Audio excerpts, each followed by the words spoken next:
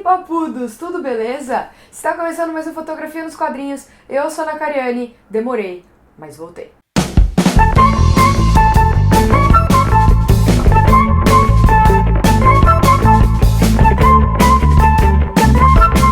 E antes de começar a falar dos quadrinhos de hoje, uma pequena historinha. Eu acredito que, como muitos de vocês, cresci lendo Turma da Mônica. Só que chegou um ponto em que eu já não me interessava mais pelas historinhas, até que um dia eu descobri as Graphic MSP. E elas foram as grandes responsáveis por me fazerem voltar a gostar de quadrinhos, né? Que despertou novamente essa paixão em mim. E o que são as Graphic MSP? Em 2009, Maurício de Souza completou 50 anos de carreira. Então Sidney Guzman, o editor da Maurício de Souza Produções, teve a ideia de criar um álbum chamado MSP 50, onde 50 artistas convidados reescreviam histórias do Maurício de Souza com o traço deles. Em setembro de 2009 foi lançada a MSP 50, em agosto de 2010 a MSP mais 50 e em setembro de 2011 a MSP nova 50. Infelizmente eu ainda não tenho elas aqui, pretendo comprar em breve. Então essa série deu origem ao projeto Graphic MSP, onde artistas são convidados pelo Sidney Guzman para fazer graphic novels, né, histórias de personagens que são definidos por ele. Até então já foram lançados 11 livros e tem mais 3 anunciados, ou seja, né, isso não vai acabar tão cedo para minha felicidade e a tristeza do meu bolso. E hoje eu trouxe 3 delas para falar para vocês. A vantagem de serem materiais feitos por brasileiros é que eu consegui entrar em contato com eles para poder tirar algumas dúvidas, né, perguntar algumas coisinhas para eles. E sem querer, eu juro que foi sem querer mesmo, cada uma delas eu vou abordar uma coisa diferente. Eu espero que vocês gostem. Então vamos lá! Começando por Astronauta Magnetar, lançado em outubro de 2012. Roteiro e desenhos de Danilo Beruti e cores de Chris Petter. A sinopse rápida desse quadrinho é a seguinte. O astronauta foi explorar o magnetar no espaço. No quadrinho eles explicam direitinho o que é o magnetar, eu não vou explicar isso aqui. E ele tem alguns probleminhas e acaba ficando... ele vira um náufrago espacial. Ele fica lá sozinho e precisa arranjar um jeito de voltar para a Terra. E aí ele começa a ter algumas alucinações. Ou não. Nesse caso eu conversei com a Chris Petter. Por mais que na história tenham quadros bem legais que mostram plano aberto, tem simetria, tem movimento, as cores me chamaram muito a atenção, né? Como as cores são utilizadas, em quais momentos e a mudança das cores durante a história. E a Chris me disse algumas coisas bem interessantes. Por exemplo, eu sempre ouvi dizer que as cores possuem significados, mas a Chris ela não acredita nisso. A escolha das cores é uma questão de combinações, ou seja, ela vai escolhendo as cores e vai combinando para poder mostrar a sensação que no caso aqui o astronauta estava vivendo, o que ele estava passando. Então eu vou dar alguns exemplos. No espaço ela usa muito azul. Óbvio, né? A gente já tem essa ideia de que o espaço é azul. Quando a gente está lá, a gente enxerga tudo azul. Então, o azul dá a sensação do infinito, a sensação da eletricidade e de leveza. Ele tá ali sozinho e a gente sabe, né, que não tem a gravidade, então ele, sem a gravidade, ele flutua. Então, dá essa sensação de leveza pro personagem. E nesse caso, o uniforme do astronauta é laranja, então dá um contraste muito interessante entre o azul e o laranja. Inclusive é uma das combinações de cores que eu mais gosto. Dentro da nave a gente tem preto e os tons de verde mais escuros, onde ela quis passar a sensação de escuridão, de solidão e de tristeza. Tem uma passagem muito legal, inclusive, onde tem a rotina do astronauta e ele vai passar o tempo dele. E aí a solução que ele deu foi muito legal, assim, porque ele passa muitos dias. Então, ele desenhou o quadro uma vez, repetiu a página, e aí depois foi só replicando e foi diminuindo, até ficar um quadro bem pequenininho. E tudo isso tendo esses tons de verde escuro, esse preto, né, que dá muito essa sensação de solidão do astronauta. E aí na parte das alucinações, ou não, a Chris usa muito, ela começa ali no roxo e depois o fundo é tudo rosa, e ela disse que é para dar uma ideia de libertação da mente. É uma cor não sóbria para dar ideia de libertação da mente. Cara, isso é muito legal. É uma cor muito diferente do restante das cores que ela já tinha usado. E dá essa sensação, né? E essa coisa do... ele tá tendo alucinação mesmo, ele não tá, é real, não é? E é muito interessante. Bom, em relação ao Astronauta Magnetar, é isso. Eu espero que eu e a Chris tenham sido claras, que eu tenha conseguido expressar o que eu achei, as explicações que ela me deu em relação às cores. e como essas cores talvez possam ser utilizadas na fotografia. Então eu recomendo ler Astronauta Magnetar, que é muito bom. Próxima HQ. Turma da Mônica Laços, lançada em maio de 2013, roteiro e desenhos dos irmãos Vitor e Luca Fage, as cores base foram feitas pela Priscila Tramontano e finalizadas pelo Vitor. E essa aqui é a culpada da minha redescoberta pelo mundo das HQs e essa minha paixão que ressurgiu. Sinopse rápida. Floquinho, o cachorro do Cebolinha, sumiu e a turma toda se junta para poder reencontrar o Floquinho. É uma história divertida, emocionante e cheia de referências aos grandes clássicos aí dos anos 80. Uma das coisas mais perceptíveis nesse quadrinho, que é sobre o que eu vou falar, é a utilização de primeiro e segundo plano. Ele faz isso o tempo todo. Primeiro e segundo plano, um quadro atrás do outro, um quadro atrás do outro.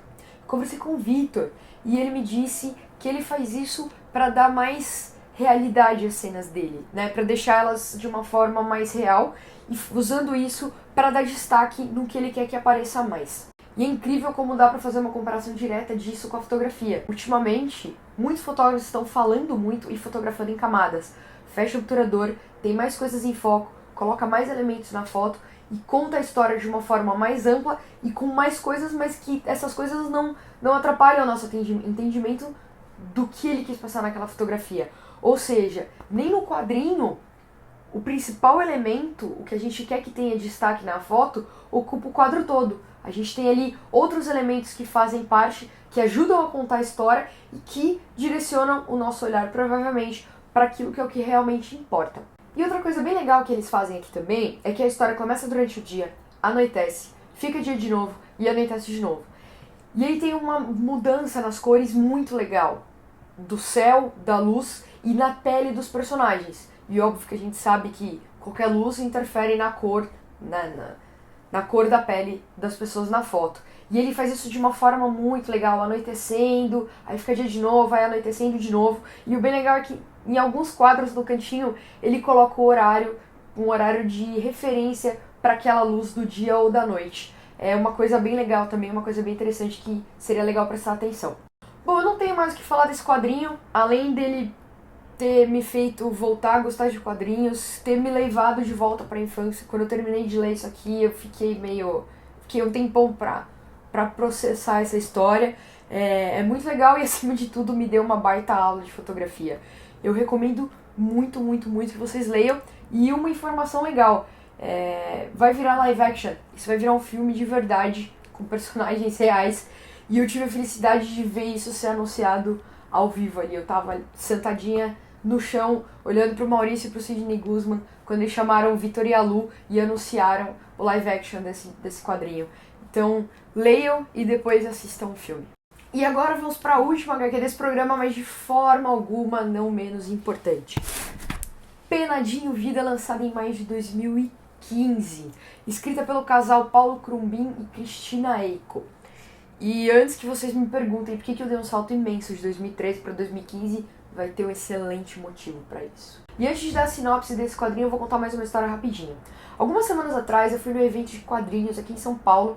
Lá eu encontrei com o Sidney Guzman, como eu já disse, editor das Graphics MSP, e contei pra ele dos vídeos que eu ia fazer. Ele achou super legal a ideia, inclusive eu disse pra ele que o primeiro seriam sobre as Graphics MSP. E ele me disse o seguinte: no prefácio de Penadinho, o Maurício de Souza disse que ela possui cores noturnas incríveis. Eu já tinha ela em casa, ainda não tinha lido, óbvio que provavelmente foi a primeira coisa que eu fiz quando eu cheguei. E é sério, realmente ela tem cores noturnas incríveis, soluções incríveis. E eu vou falar dela agora. Então vamos para a sinopse. E uma noite a Dona Cegonha aparece lá no cemitério procurando a Alminha para dizer que ela vai reencarnar assim que o sol nascer. Só que a Alminha sumiu. Então o Penadinho precisa reencontrar a Alminha para falar duas coisas. Uma, que ela vai reencarnar, e segundo, dizer que ele a ama. A história toda se passa durante a madrugada, e em cenários como cemitério, algumas ruas da cidade, uma floresta e uma casa mal assombrada. Lugares onde praticamente não tem luz artificial. Ou seja, tudo isso é iluminado pelos fantasmas. Em todos os momentos, são eles que estão iluminando os outros personagens, o ambiente, as sombras são projetadas por ele, E isso é feito de uma forma, cara, incrível. E aí é óbvio que mais uma vez eu fui atrás dos autores para poder tirar algumas dúvidas e entender como que eles chegaram nessa solução. Eu vou tentar resumir de uma forma bem simples as respostas que eu tive, porque elas foram bem complexas. E eu vou fazer o seguinte, eu vou colocar essas respostas completas lá no post no blog, porque elas merecem ser lidas. O Paulo Crumbrink e a Akira Seiko, eles criaram uma concepção mais adulta em relação ao mito do fantasma, né, em relação ao fantasma. Quando a gente é criança, a gente tem aquela coisa do fantasma, é um ser coberto com lençol. Aqui, o Penadinho e a Alminha, eles são almas penadas que emitem luz, né? São seres de luz. Por isso que eles brilham, por isso que eles emanam essa luz do corpinho deles. E uma coisa muito legal que o Paulo Crumbrink me disse é que essa ideia deles de fazer tudo ser iluminado através do Penadinho e da Alminha veio antes do próprio roteiro, da criação do roteiro da história. E aí, eles tiveram que fazer tudo ambientado nisso. Então, por exemplo, dentro da floresta, a única luz que tinha era do Penadinho e a luz da lua. Então, foi tudo feito em cima dessa concepção e dessa criação da luz deles. Então, se eles estão no cemitério, lá no cemitério tem alguns spotzinhos de luz. Então, só que ele é muito fraquinho perto da luz que o Penadinho emana, né? Então, você vê que tem aquele ponto ali de luz, mas ele não tá fazendo muita diferença na cena, porque quem tá fazendo a luz de verdade é o Penadinho. E a coisa mais legal de tudo isso é que ele cria sombras, formas, a forma que é iluminado o rosto dos personagens, dependendo da posição que o Penadinho tá conversando com eles, contra-luz, né? Ele tá de costas, então ele tá fazendo um contra-luz nos outros personagens. É muito, muito, muito legal mesmo a forma que a gente pode entender a luz, como ela é projetada e o que ela faz, a sombra que ela cria, as formas que ela cria através do Penadinho. E uma outra coisa que eu achei muito interessante é que quando eles começam a procurar pela Alminha, o Penadinho ele tá sempre à frente dos outros personagens, ele tá guiando os outros personagens. E mais legal ainda é que a maior parte dessas cenas a gente vê elas de costas. Aqui na capa eles são colocados de frente, óbvio, tem cenas em que eles estão de frente, mas nos momentos de busca, praticamente todas as cenas, eles estão de costas. É onde eu falei aquele negócio do contraluz. E é óbvio que eu também tive que perguntar isso pro Paulo, porque tinha um motivo pra isso, com certeza tinha um motivo pra isso. E ele me respondeu duas coisas. A primeira é do Penadinho tá na frente de todo mundo, é porque ele se sente mais confiante, né? Ele tem a turma ali com ele, ajudando a procurar a Alminha, e ele tem um sentido de urgência, ele tem um prazo que vai se esgotar no nascer do sol para poder encontrar a Alminha e dizer o que ele precisa dizer pra ela. E em relação aos personagens estarem de costas na maior parte dessas cenas, foi pra colocar a gente mais dentro da história, ou seja, a gente tá ali atrás, a gente tá seguindo eles, a gente tá acompanhando eles, torcendo para eles encontrarem a Alminha logo. E uma palavra que o Paulo usou que eu achei demais é que nós somos stalkers nesse momento da história, né? A gente tá ali, a gente tá acompanhando, a gente tá torcendo, mas a gente não interfere na cena, né? E eles não sabem que a gente tá ali, então a gente tá stalkeando, a gente tá acompanhando de longe, vendo o que tá acontecendo sem interferir no que acontece.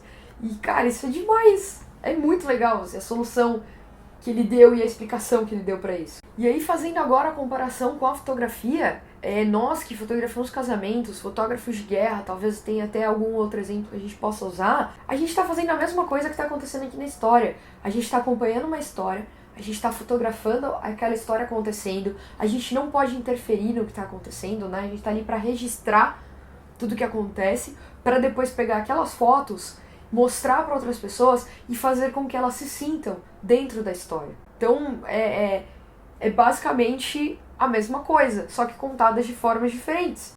E aí a gente para e pensa como que uma história em quadrinhos pode ser tão parecida com a fotografia. Eu confesso que quando eu tive a ideia de fazer esses vídeos, eu só fosse comparar quadros com fotos, como quadrinhos podem parecer fotos, mas o Paulo Crumbrink e a Cristina Eiko me mostraram que pode ser muito mais do que isso e que eu ainda tenho muito que ler, que aprender e, claro, se possível, sempre poder passar pra vocês. Então é isso, chegamos ao final de mais um vídeo. Muito obrigada por ter assistido até o final, espero que vocês tenham gostado. Se tiver alguma sugestão, alguma dúvida, pode entrar em contato comigo através das redes sociais do Papo de Fotógrafo ou das minhas. Compartilha com seus amigos fotógrafos ou quadrinistas. Não esquece de deixar aquele like que é super importante pra gente. E é isso. Até a próxima.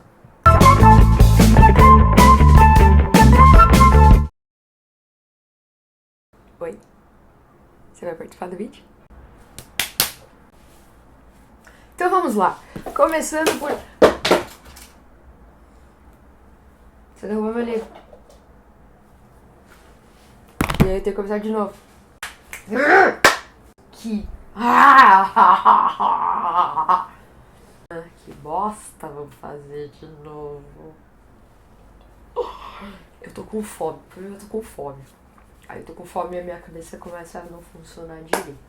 E aí a gente chega num ponto que a gente para e compara. Nossa, que ridículo! Oh, coisa difícil!